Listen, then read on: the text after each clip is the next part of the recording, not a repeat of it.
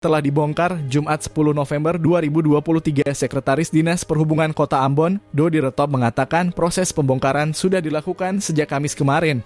Pembongkaran lapak itu sebagai bentuk pemeliharaan Terminal Mardika oleh pemerintah Kota Ambon tahun 2023, yakni dengan melakukan pengaspalan dan perbaikan saluran drainase. Jadi sebelum kegiatan ini dilaksanakan, kita lakukan pembongkaran lapak yang ada di dalam terminal, terutama lapak yang ada di atas saluran drainase, kata Dodi. Sehingga nanti saat proses pekerjaan dilakukan tidak lagi terhalang oleh aktivitas pedagang. Untuk pembongkaran ini juga telah dilakukan rapat bersama para koordinator pedagang terminal, baik A1 maupun A2, dengan OPD teknis, yaitu Satpol PP, Disperindag, dan bagian hukum. Dan ini sudah disepakati bersama.